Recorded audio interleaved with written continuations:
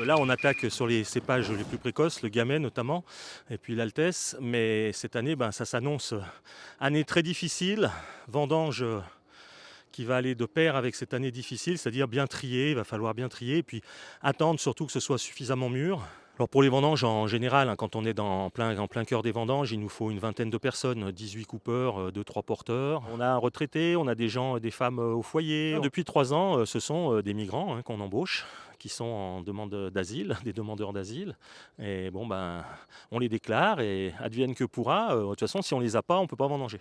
Et à la base, au Mexique, j'étais ingénieur forestier. Donc j'ai travaillé toujours dehors à la forêt. Et dès que je suis arrivé en France, je me suis dit que je ne voulais pas rester dans un bureau. Donc j'ai trouvé toujours dehors.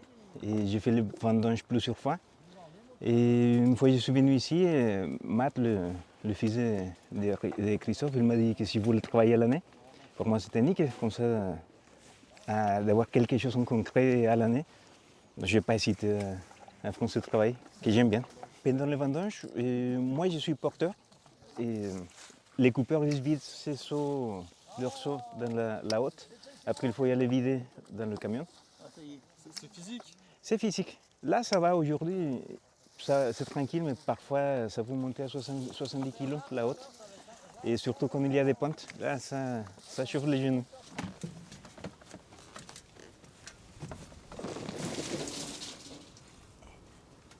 Oui, normalement Gustavo il m'a prévu qu'il fait cela, donc j'ai bien aimé l'idée de venir et de connaître aussi d'autres gens de différentes parties. Donc on fait ça, je pense. Ouais. Parce que vous venez d'où? Et Équateur. C'est fatigant, mais moi j'aime bien les champs ouverts, donc je pense que ça marche.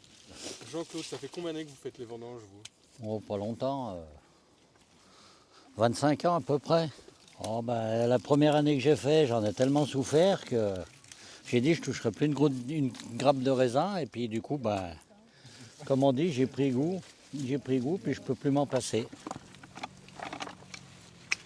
Là, on est dans la partie basse de cette vigne qui a gelé, je crois que c'était le 17 avril ou le 19 avril, je ne me rappelle plus, mais on a eu moins de 3 degrés, en gros, moins de 8. Et on voit bien, là, en suivant, si on suit, regardez, tac, tac, là, il y a 3 raisins sur un cep.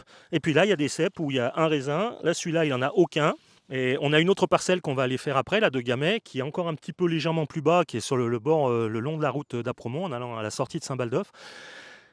Et là-bas, on a perdu 90%, quoi. Et le problème dans la vigne, dans l'agriculture en général et dans la vigne en particulier, c'est que notre résultat, il est en plus suspendu au climat.